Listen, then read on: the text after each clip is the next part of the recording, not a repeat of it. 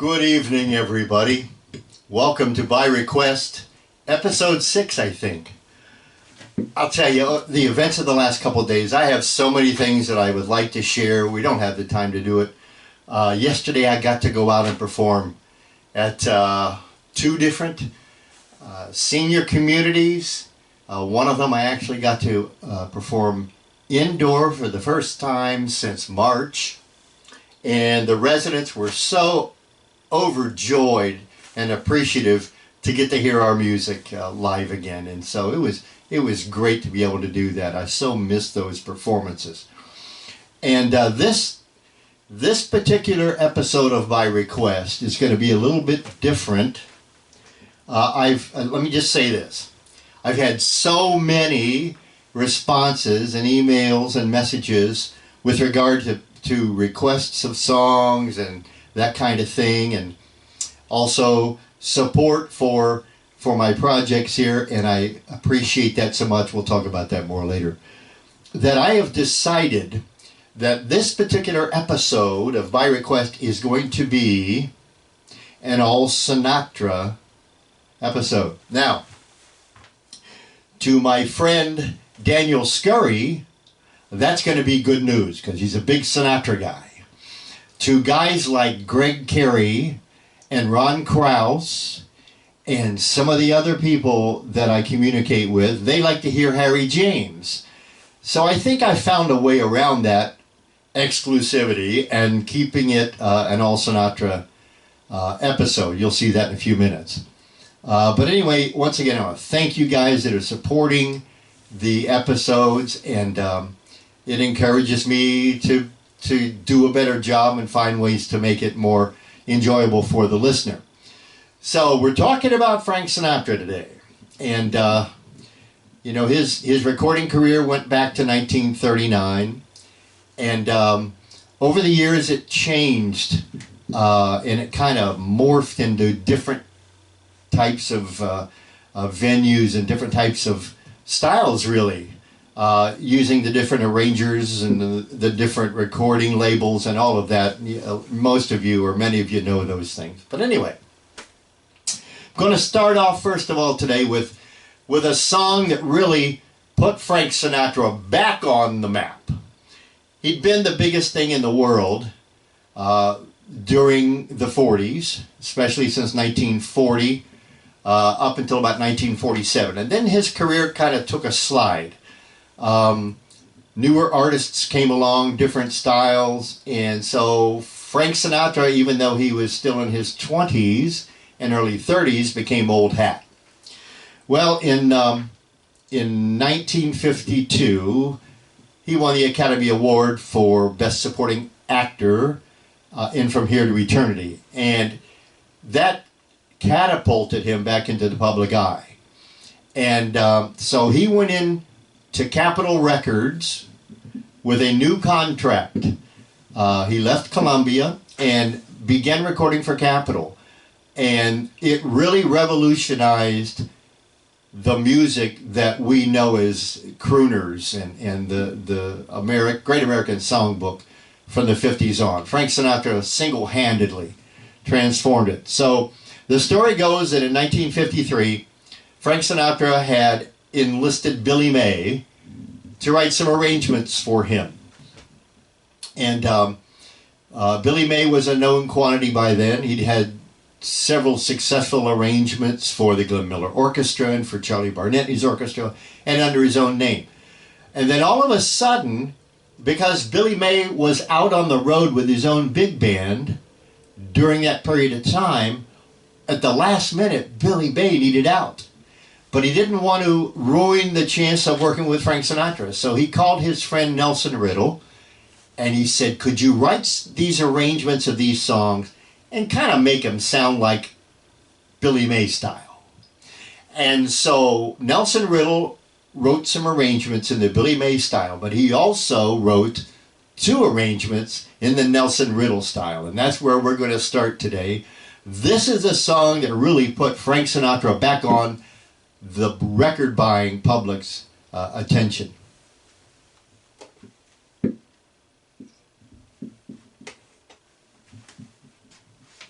I've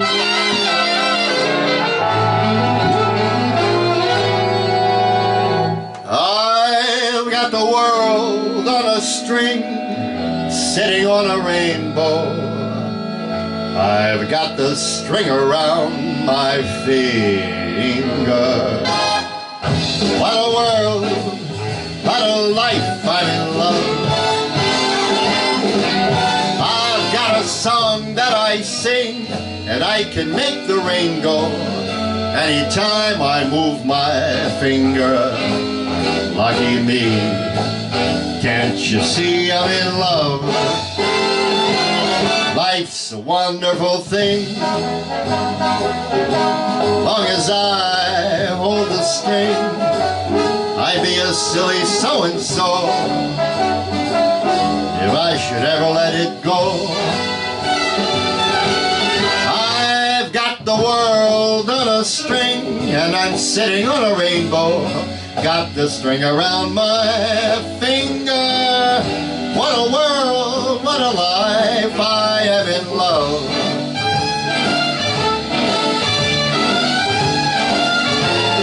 Life is a beautiful thing, as long as I hold the string. I'd be a silly so-and-so if I should ever let it go. I've got the world on a string, sitting on a rainbow. I got the string around my finger. What a world, man, this is the life. Hey now, I'm in love.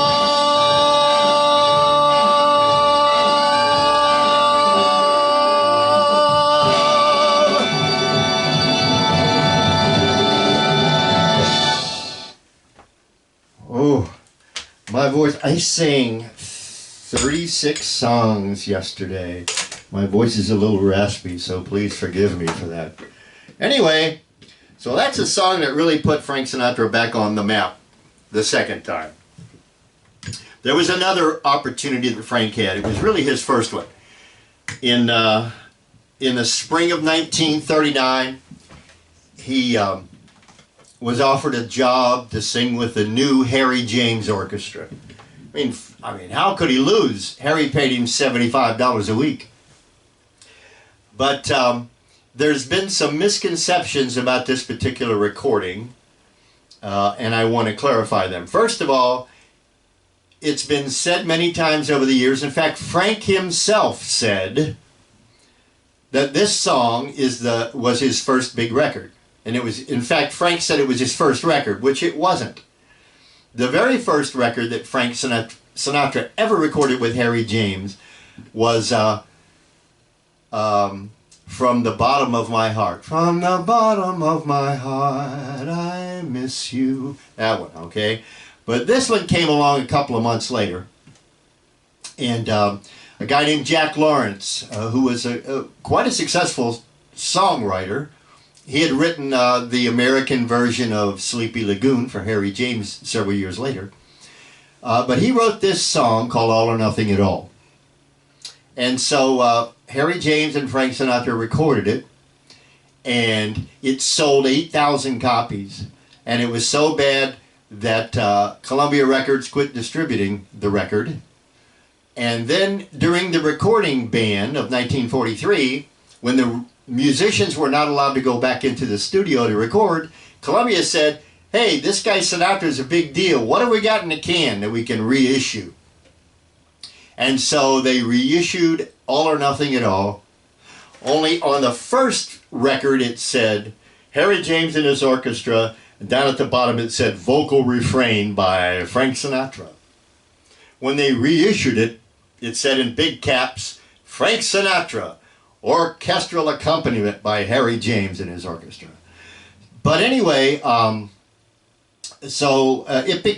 reissued it, and it became a huge, huge hit.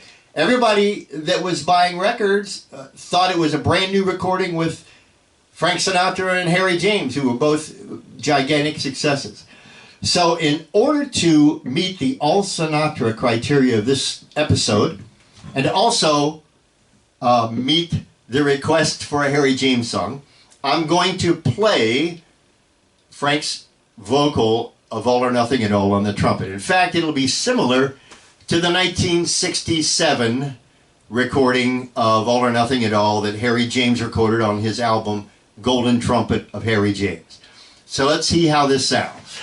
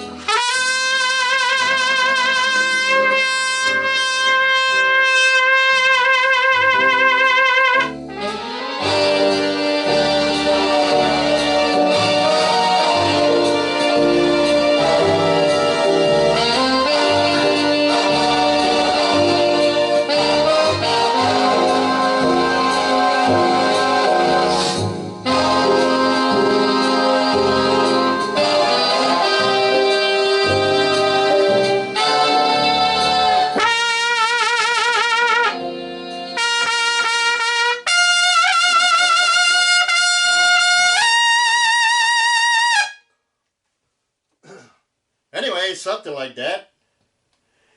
I apologize for the kind of low quality track, but the only version of it I could get was a synthesized version of the Barry Manilow recording, of all things. So forgive me for not being a purist on that song. Anyway, time for a commercial.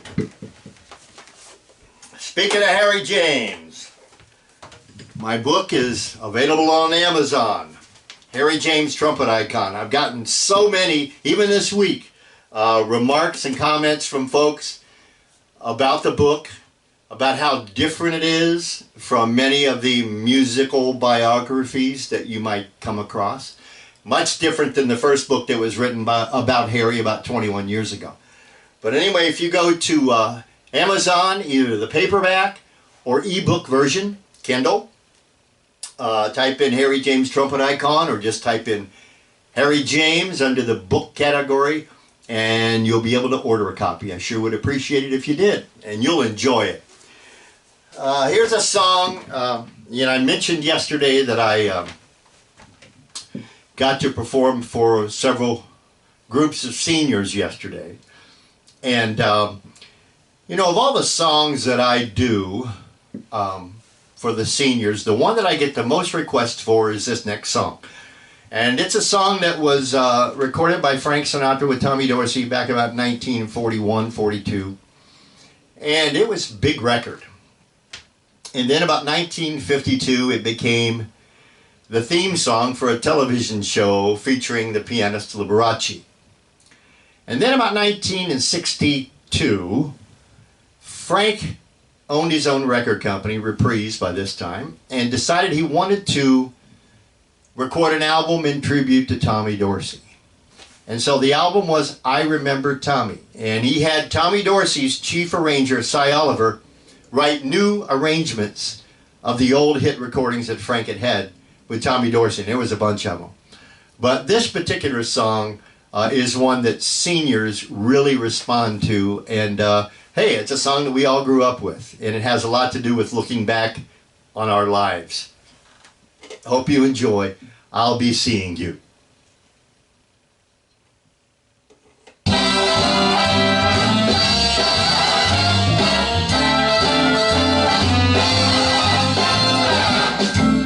I'll be seeing you in all the old familiar places that this heart of mine embraces all day through.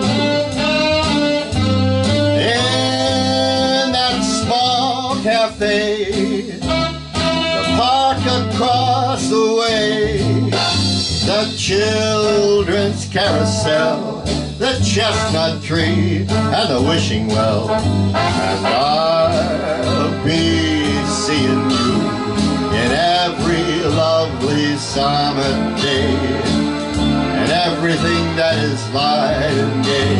I'll always think of you that way.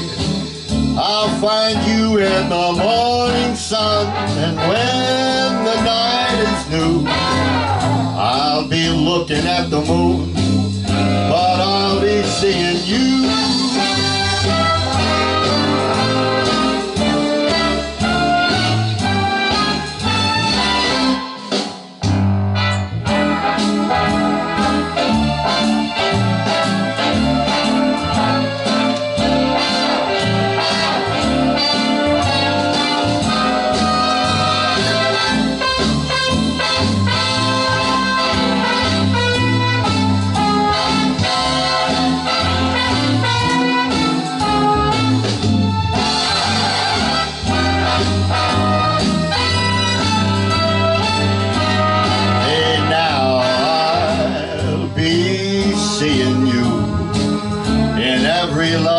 Summer day, in everything that is light and gay. I will always think of you that way. I'll find you in the morning sun, and when the night is new, I'll be looking at the moon, but I'll be seeing you. Yes, I will find you in the morning sun, and when the night is new, I'll be looking at the moon. I'll be looking, but I'll be seeing you.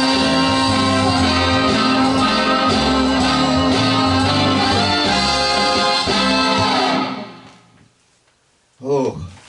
That's a great arrangement. I mean, every time I sing that somewhere. Stop, I'm not ready for you yet. I gotta quit hiring my musicians at Walmart. Anyway, yeah, every time I do that song, many of the seniors get up and dance, and it just swings like crazy. Well, here's a song that by way of request, a friend of mine, his name, one of my friends is Paul Cammarata. And Paul is, he's by Dick Hames, like I am by Harry James. And we have a lot in common, and we've enjoyed many great chats over the last couple of years. But we were texting back and forth last week. I don't know what I'm setting this on. But anyway, and we were talking about how I started singing. And I started playing the trumpet 52 years ago, but I didn't really start singing until about 40 years ago.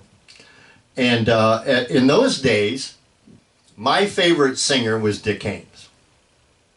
And so I tried every way I could to sound like Dick Haymes. Well, that's impossible, because really, as much as I love Frank Sinatra, I believe Frank Sinatra is the greatest male vocalist of the big band era.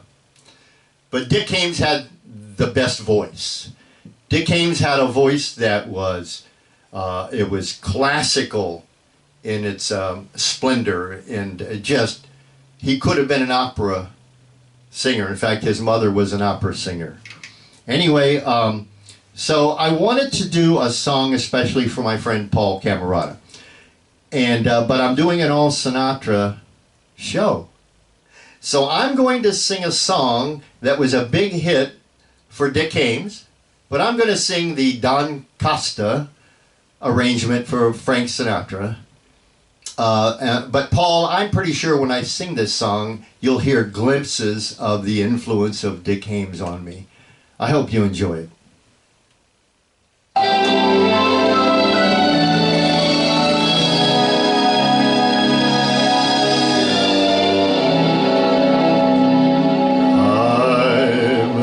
Restless as a willow in a windstorm. I'm as jumpy as a puppet on a string. I'd say that I had spring fever, but I know it isn't.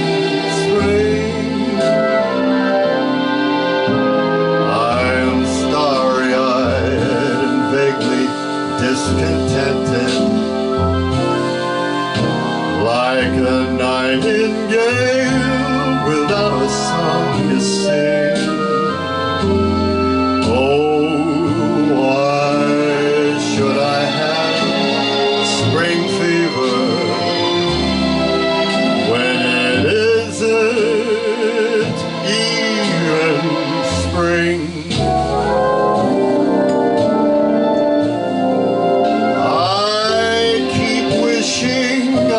Somewhere else, walking down a strange new street, hearing words that I have never heard from a girl I've yet to meet. I'm as busy as a spider spinning daydream. I'm as giddy as a baby on a swing. I haven't seen a crocus or a rosebud or a robin on the wing. But I feel so gay in a melancholy way. Hey, it might as well be spring.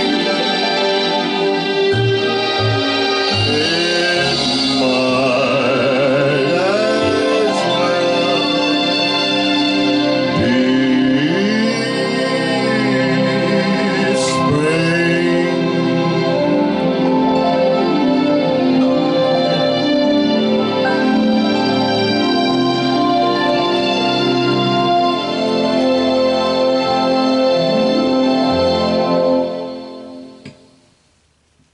Thank you, Paul. I appreciate your friendship and always giving me encouragement, especially with the singing thing.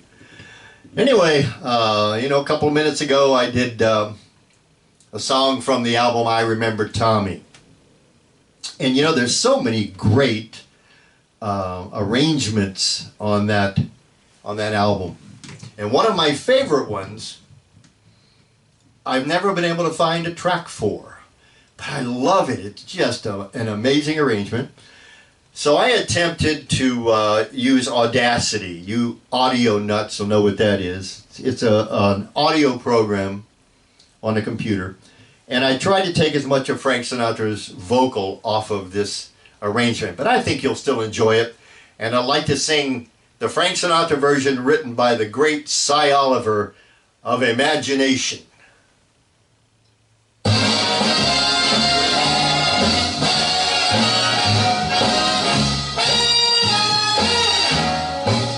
Imagination is funny. It makes a cloudy day sunny.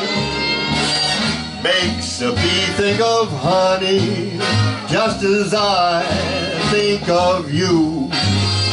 Imagination, it's crazy.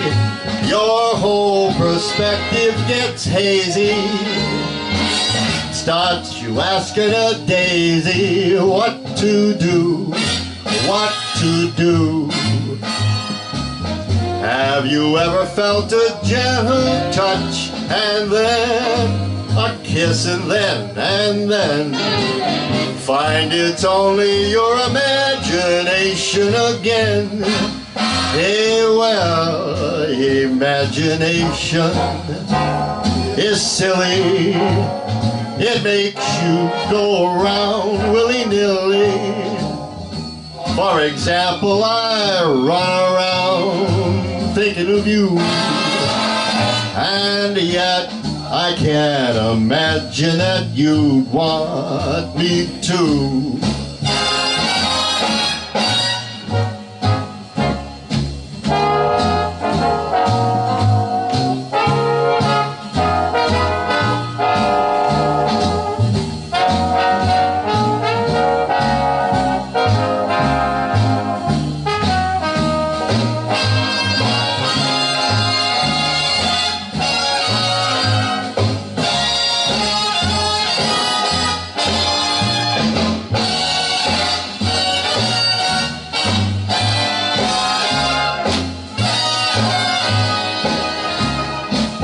Have you ever felt a gentle touch and then a kiss and then find it's only your imagination again? Oh well, imagination is silly.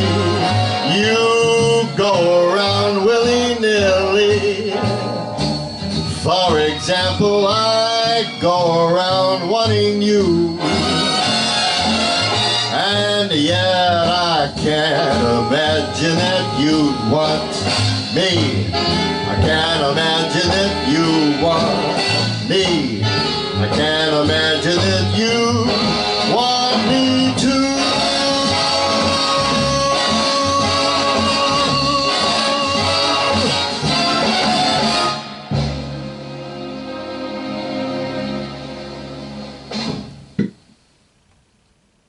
Imagination. Well, last week I introduced a new segment that I call Saloon Song Time. And Frank recorded so many songs that you could categorize as a saloon song. And one of the great saloon song albums that he ever did, and one of the great albums any vocalist ever did, was the album In the Wee Small Hours of the Morning. And so Nelson Riddle wrote all the arrangements for the album, and I'd like to do a song. The song's been around for a long time, but Frank put his stamp on this song, and here's the saloon song for the week. And I hope you enjoy When You're Alone, Your Lover Has Gone.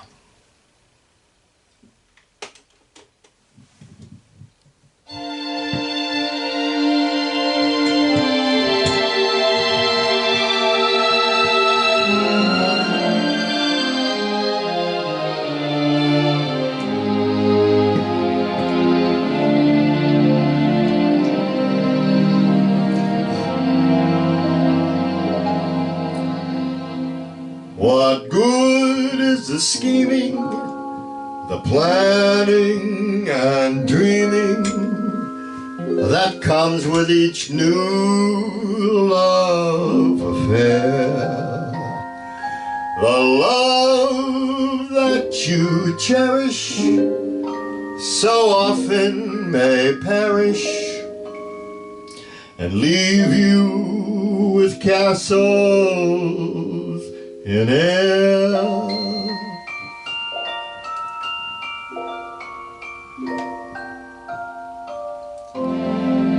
When you're alone, who cares for starlit skies? When you're alone, the magic moonlight dies. At break of dawn, there is no sunrise. When your lover has gone,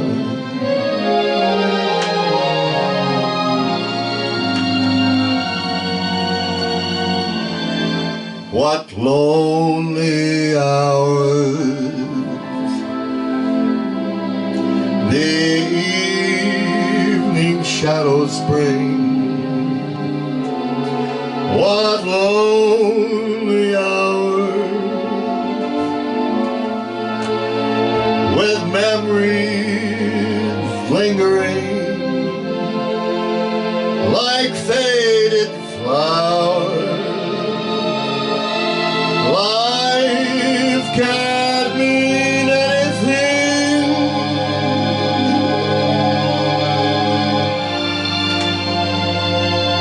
when your lover has gone.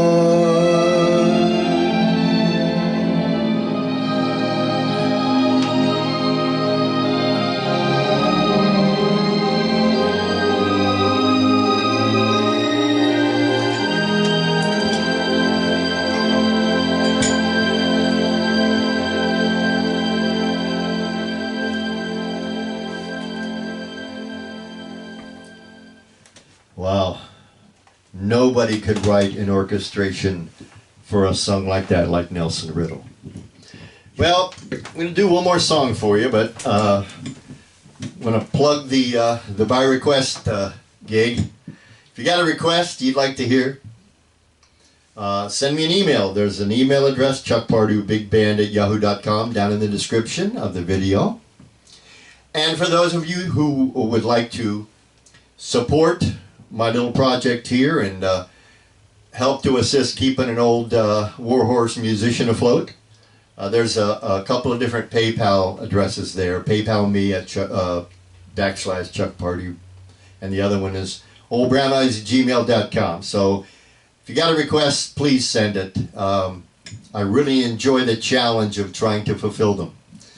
Well, I started singing in earnest about 1982, and I was on the road with a band, and I had to learn the songs that the band, it was a big band, and we did a lot of Glenn Miller things and some Tommy Dorsey, and I got to do a couple of my Harry James things. But in order to be a vocalist, I really had never been serious about it. And so I asked the band leader, how am I supposed to learn all these lyrics? And he said, oh, no problem. I got them all here on 3x5 cards. So I'll never forget the very first song that I ever sang. It was in the middle of a blizzard in Concordia, Kansas, at an Elks Club. I don't think there were very many people there. It was cold. But the first song I was supposed to sing was, I tried to deliver it like this. Some enchanted evening. Because I thought that's how you're supposed to sing that kind of song. I thought you had to adjust the style to the song, you know.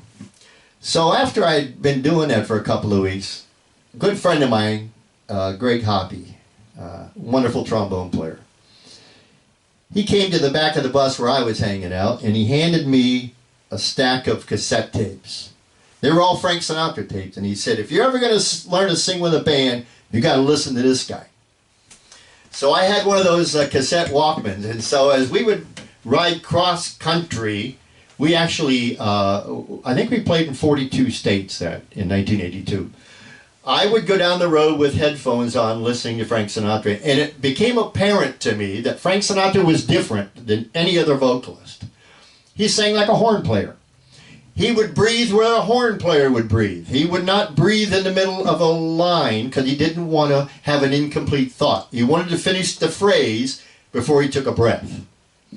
And so I started studying Frank Sinatra, and I said, hey, you know, he's a rhythmic singer, and he sings on the beat, and he has a jazz kind of a technique, and so I could do that. So I've been singing Frank Sinatra ever since.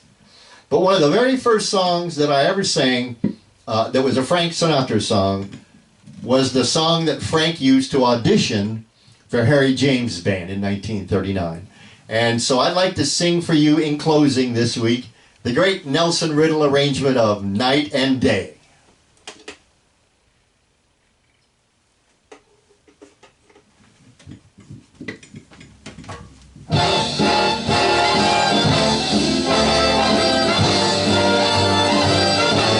Night and day, you are the one, only you, neath the moon or under the sun, whether near to me or far, it's no matter, darling, where you are, I think of you, day and night, night and day. Why is it so that this longing for you follows wherever I go? In a roaring traffic's boom, in the silence of my lonely room, I think of you, day and night, night and day, under the height of me.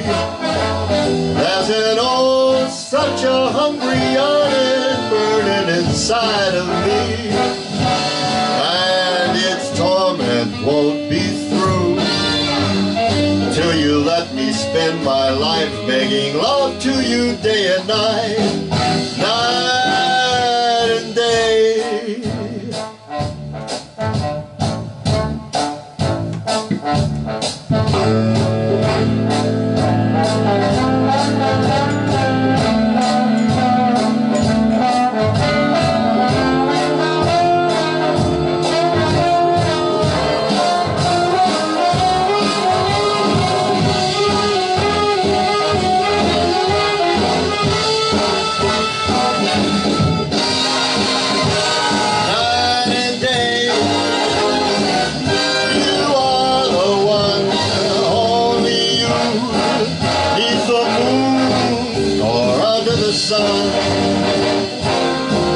Whether near to me or far, it's no matter, baby, where you are, I think of you, day and night, night and day. Why is it so that this longing for you follows wherever I go? In the roaring traffic's boom, in the silence of my lonely room, I think of you, day and night, night and day, under the height of me. There is an oh such a hungry eye